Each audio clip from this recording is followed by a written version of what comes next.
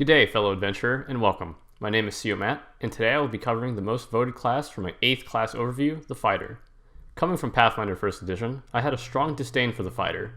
They had a good hit die and full base attack bonus progression, but only had a good fortitude saving throw to complement it. Additionally, the class seemed to be a holdover from 3.5.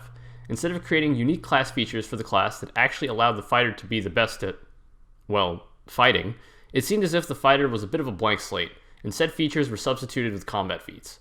Now, this might seem like a good thing, as it gives the player more options to choose from, but oftentimes, feat progression was very linear. For example, an archer-based fighter would always take point-blank shot, followed by precise shot, and later on rapid shot, deadly aim, and many shot. More options were opened up with the advent of advanced armor training and advanced weapon training, but the class always seemed to fall flat. Additionally, with a lack of supporting class features, the fighter, at times, felt like it could be overshadowed in terms of damage by the barbarian and in terms of sustain by the paladin. It also didn't really have the highest attack bonus either, as both the war priest and magus could eclipse them with their swift action abilities and fervor and arcane pull respectively. They also had a middling 2+ intelligence skill ranks per level, and they also didn't have perception as a class skill. Why? So what is a fighter, and how does one fit into a party of adventurers? With respect to a role-playing perspective, fighters usually fall into one of a few archetypes. They're usually a guard or some sort of mercenary, hungry for gold or glory. Whomever they serve is usually whomever their ideals match with best, or perhaps they're just seeking the highest bidder. In any case, fighters retain their ability to choose whichever alignment suits them best. Generally speaking, they will not have the innate charisma to be a good face, nor will they have the breadth of experience to call themselves skill monkeys. What skills they do possess will be concentrated into one or two areas. That being said, the battlefield is where the fighter calls home, and that is where their abilities shine brightest. When initiative is rolled, fighters become somewhat of a mobile fortress, sporting a high armor class and hit bonus. With no shortage of weapons at their disposal, they are never at a loss when it comes to dealing with enemies with physical resistances. A fighter is usually seen on the front lines, but they can also be very capable archers. No matter the style they choose, they will certainly be well equipped for any challenge that dare oppose them. At a glance, Pathfinder 2nd Edition fixes all of the problems that plague the fighter in 1st Edition. Right away, I can immediately tell you that the fighter is the best at fighting, and many of its issues have been shored up. It has a plethora of class feats to choose from at every level, leading to be able to customize your fighter to exactly what you want it to be. There are many styles to choose from, but first, let's go over their initial proficiencies. The fighter begins play with the option of selecting either strength or dexterity as their key ability score, which is a nice option to have. Additionally, they receive 10 hit points plus their constitution modifier per level, which is important in being able to take hits. Like I had mentioned in the previous video, there are only 5 core classes that begin play with expert proficiency in perception, and the fighter is one of those 5. This immediately solves one of the fighter's major problems in 1st Edition. Fighters, just like other non-spellcasters, are proficient in 2 saving throws, fortitude and reflex. This solves another one of the problems the fighter experienced from previous editions. Fighters gain more skills to choose from, either acrobatics or athletics, and then 3+ their intelligence modifier. This is definitely a step up from the previous edition, but every class could always enjoy having more skills trained. Good job, Paizo. Fighters are trained in every type of armor, including unarmored defense, which means that they should feel free to use whatever suits them the best. But the real selling point here is in their weapon proficiencies. Not only are they proficient with every simple and martial weapon, but they are also trained in all advanced weapons. Their training with weapons is so strong that they are in fact experts in all simple and martial weapons, as well as with unarmed strikes.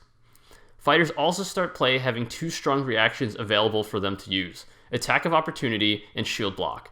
AOs are no longer innate abilities for every character to take advantage of. In the pure chaos that is a combat encounter, only the fighter has the experience and discipline to make an accurate strike when their enemy lets down their guard, even for just a moment.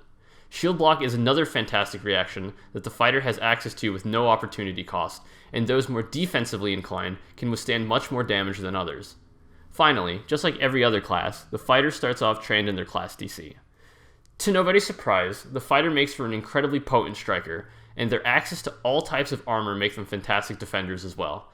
Due to the nature of critical hits in Pathfinder 2nd Edition, the fighter will be landing critical hits 10% more often than any other class, thanks to their strong proficiency with weapons.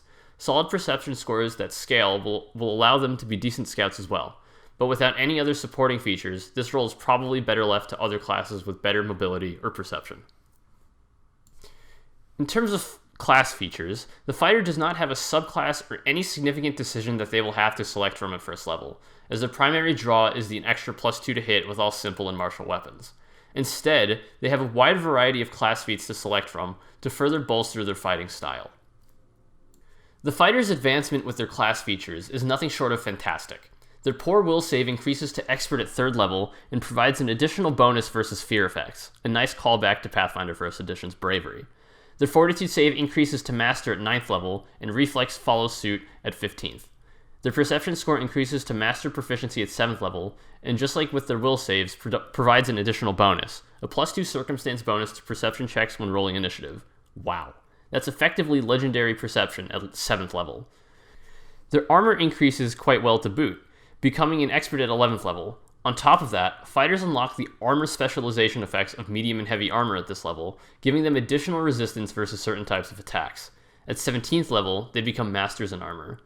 But what we've all been waiting for here is their proficiency increases with weapons. At 5th level, the fighter selects a specific weapon group, and they become masters with every simple or martial weapon in that group, while also becoming experts with the advanced weapons in that group. At 13th level, the fighter becomes a master with every simple and martial weapon, as well as becoming a master with every advanced weapon in the group of their choice. Additionally, they become experts with all other advanced weapons. However, the real selling point of this level is that they become legendary with weapons in their chosen weapon group. Yes, you heard that correctly. Legendary. Fighters are the only class that reach this rank, and to reach it relatively early in one's adventuring career is absolutely fantastic. At 19th level, fighters become legendary with all simple and martial weapons, while also becoming masters with all advanced weapons. Outside of proficiencies, the fighter gains combat flexibility at 9th level, as well as the improved version at 15th level. This gives the fighter an extra class feat of their choice, that they qualify for up to 8th level, that can be swapped whenever they make their daily preparations. Improved combat flexibility gives them another feat of their choice up to 14th level. To sweeten the deal even further, the feat chosen with combat flexibility can be used to qualify for improved combat flexibility. Now the boring part. Skill feats and skill increases are earned at normal progression, every even level for feats, and every odd level except 1st for skill increases. Speaking of skills, there are a few that the fighter should specialize in. The first two, quite obviously, are their class skills, athletics and acrobatics. Whichever the fighter does not select as their class skill should be acquired either through their background or their allotment of skill points. In addition to that, wisdom-based skills such as medicine and survival can give the fighter some much-needed utility. There are a couple of class feats revolving around inflicting frightened on the opponent, and as such, intimidation might not be a bad choice either. Finally, crafting is always a solid option, as the quick repair skill feat will allow you to repair a broken shield without much hassle. The fighter has plenty of class feats to choose from at first level due to how different each fighter will perform. Power attack is great if you are unsure of making multiple attacks in a round, and would rather intimidate, feint, or raise shields instead. Sudden charge is fantastic if you want to make the most out of your action economy, as it effectively lets you take 3 actions for the price of 2. For those of you interested in using 2 weapons at once, double slice is a fantastic feat to up your damage. Being able to strike twice at your full attack bonus is no laughing matter, and being able to overcome damage resistance is also a nice boon. Defensively inclined characters will certainly want one of the 2 feats focused on shields. Those who wish to keep the 3 actions for offense will make great use out of reactive shield, while those who wish to use the shield as a weapon will definitely prefer ever stand stance. Archers only get 1 relevant class feat to choose from at first level, but honestly, it's incredibly good. A permanent damage bonus or accuracy increase is very hard to come by in this game, but this is quite nice. There are honestly way too many class feats for me to go into detail here, so I'll just rattle off some of my favorites. Hopefully, they'll turn into some of your favorites as well. Aggressive block and brutish shove are great ways to get the most out of your action economy, as the free shove can make an enemy waste another action to get closer to you. Lunge is another fantastic option, as it allows you to get even more reach on your attacks. This even stacks with a reach weapon, giving you 15-foot reach at the opportunity cost of basically nothing. For archers, double shot is great if you are fighting multiple enemies, as it allows you to hit multiple targets without too harsh of a penalty. At later levels, quick shield block gives you an extra reaction every turn, which allows you to get more mileage out of your turn. Similarly, combat reflexes allows you to make a second attack of opportunity, and is by far and away the strongest feat that you have access to at this point in time. In terms of role or roles that a fighter will fulfill in a given party, one can very obviously see that they are built for combat. To nobody's surprise, whether placed in a frontline position as a melee combatant or in a backline position as an archer, fighters will be your best strikers in any given scenario. Thanks to their increased starting proficiencies with all simple and martial weapons, which scale with level, the fighter can and will be the most accurate party member in the team. This comes with an additional benefit. A 10% extra chance to hit also correlates to a 10% extra chance to crit, which is an often underlooked aspect of the benefits of the proficiency system. This will also allow them to proc their critical specialization effects much more easily than any other class can, since they apply it to all weapons that they have master proficiency in. Thus, at level 5, the chosen weapon group will automatically benefit from critical specialization, followed up by every other simple and martial weapon at level 13, and every weapon in the game at 19th level. To further sweeten the deal, fighters' access to all armor types, as well as gaining shield block as a bonus feat at first level, makes them solid defenders as well. Thanks to their wide variety of shield-based feats, fighters make for astoundingly good frontliners, as this makes the most out of their base kit. As such, fighters are excellent defenders, second only to the champion in terms of how much punishment they can take. Speaking of which, fighters gain access to armor specialization once they reach expert proficiency in armor, just like the champion. Thanks to all of these benefits, in addition to their solid class hit points, there's no doubt in my mind that a fighter can defend themselves properly against any foe. I might be beginning to sound like a broken record at this point, but the fighter's main draw over the other classes that will be competing for a party slot is its increased weapon proficiency. Being able to hit most at-level enemies on a 7 as opposed to a 9 opens up many more opportunities for playstyles, as most other classes, bar the Flurry Ranger, will be hard-pressed to be making a second attack at a -5 penalty. However, thanks to the fighter's increased accuracy, they can continue the onslaught without too much of a hindrance.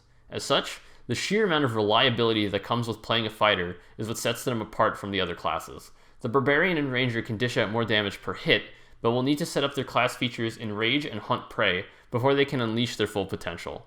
Rogues are in a similar boat, as they will need to catch their opponents flat-footed in order to proc their sneak attacks.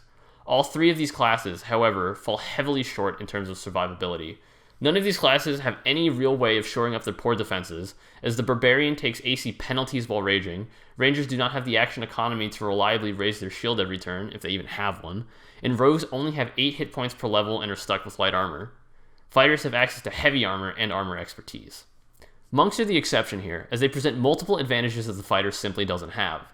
The most notable 3 are better saving throws, increased mobility, and a very strong innate ability in Flurry of Blows. The fighter does not have an ability that can make 2 strikes for 1 action, with the exception of the highly situational quick reversal, which is a press, mind you.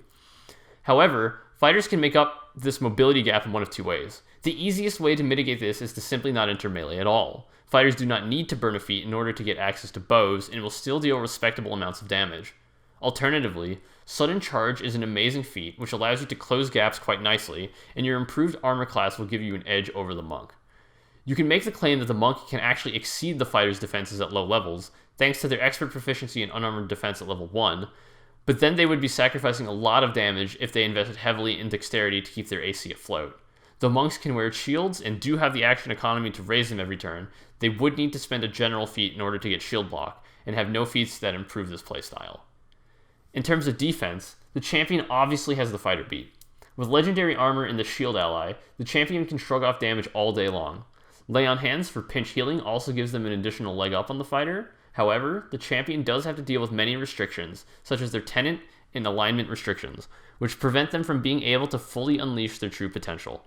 All things considered, though the fighter will always be behind the champion in terms of defenses, they can and most certainly still hold their own against many threats and are certainly the second best. This first build is your classical sword and board fighter. Access to shield block is a must, as it allows Warren to stave off additional damage coming his way. Reactive shield is his first level class feat, as it allows him to make more strikes during combat without needing to raise his shield. It should be noted, however, that he cannot use both reactions in the same turn until 8th level, and will sometimes need to have his shield raised beforehand in order to block with it. To somewhat alleviate this concern, he takes the defend exploration activity, and will always have the shield raised during the first turn of combat. With the Natural Ambition Ancestry feat, he also gains access to Sudden Charge, allowing him to enter the fray as quickly as possible and still be able to raise his shield with his final action. The second build here sacrifices immediate defense with the shield and trades it off for a reach build. A Gizarm or Halberd is her weapon of choice, as they provide different but strong benefits. The Gizarm comes with the Trip ability, allowing Lanaya to make these maneuvers without needing a hand free, while the Halberd has the option of making a slashing or piercing attack. Thanks to both weapons having the reach quality, Lanaya can make attacks from 10 feet away. This is perfect, as it allows her to safely stay out of harm's reach against most medium and smaller foes, while also giving her the benefit of not provoking attacks of opportunity from larger enemies as well. This also comes with the ability of potentially ruining an opponent's action economy, as those without reach will need to spend an action to first step in order to strike her, and risk provoking an attack of opportunity if they move elsewhere. I'm really sorry for making another human character, but the synergy between the ancestry and class are just so readily apparent that it makes the most sense to me. Avery is an archer, and uses his longbow to pierce enemies from far away. In case they get closer, he can enter point-blank shot stance, and remove the penalty associated with the volley trait. This allows him to dish out damage from a distance, and in case his enemies close in, he doesn't suffer any consequences. At later levels, his damage will increase with help from a composite bow, and other class feats such as double shot and triple shot. The fighter, which struggled to have a true class identity in Pathfinder 1st Edition, stands out in Pathfinder 2nd Edition as the premier striker in the game. With flat bonuses to hit with all weapons, thanks to the proficiency system, the fighter will always be dishing out constant and reliable damage throughout any encounter. In addition, their wide variety of class feats allow them to specialize in any sort of fighting style, and can even mix and match with proper planning and use of combat flexibility. Speaking of which, fighters' class feats are some of the strongest in the game, allowing them to get extra use out of their action economy or being able to make reliable follow-up attacks. It is important to keep track of which fighter feats you invest in, as many of them come with caveats that sometimes aren't apparent to the uninitiated. For example, Sudden Charge is both an open and a flourish, and wouldn't be able to work in tandem with, say, Quick Reversal. The fighter, though seemingly simple at first glance, actually has quite a lot of nuance behind it once you get into the nitty-gritty of their class feats. Knowing which one to use at the right time could make all the difference between a successful encounter and an untimely demise. Being able to pick the right feats to fit into your character's playstyle is an important consideration that all players will need to recognize when building their characters. The fighter's defenses are almost as good as their offenses. Though their proficiency increases in armor are nothing to write home about, most classes reach Master with Armor, though usually at level 19 instead of 17, their armor expertise gives them a small amount of resistance versus a certain damage type. This is a nice benefit which will additionally stack with the damage reduction courtesy of Shield Block, and has the potential to stave off some otherwise lethal attacks. Though I have spoken praise about the fighter's combat abilities this entire time, their out-of-combat utility leaves much to be desired. With a pretty restrictive skill list and no real incentive to invest into intelligence, the fighter will often be stuck with 5 or 6 skills trained throughout their entire adventuring careers, and odds are they'll be the ones that they can get the most out of during hostile situations. As such, acrobatics, athletics, crafting, intimidation, and medicine are all common picks on fighters, and there usually isn't much leeway for other skills. To conclude, the fighter is an excellent class in Pathfinder 2nd Edition when placed in its proper role. Their ability to simultaneously inflict and withstand damage is unmatched by any other martial class in Pathfinder 2nd Edition, and their wide array of weapon choices allow them to be able to fulfill various types of battle styles, though oftentimes they will be focusing on just one. If you enjoyed this video, please feel free to leave a like, comment, and subscribe to the channel for additional content. I plan on releasing one video of this type every week until I have covered every class, so do stay tuned. I currently do not have plans on doing these videos in any sort of order, but I will be posting the next class poll on my Discord channel and on Twitter, which can both be found in the description. And of course, have a great day.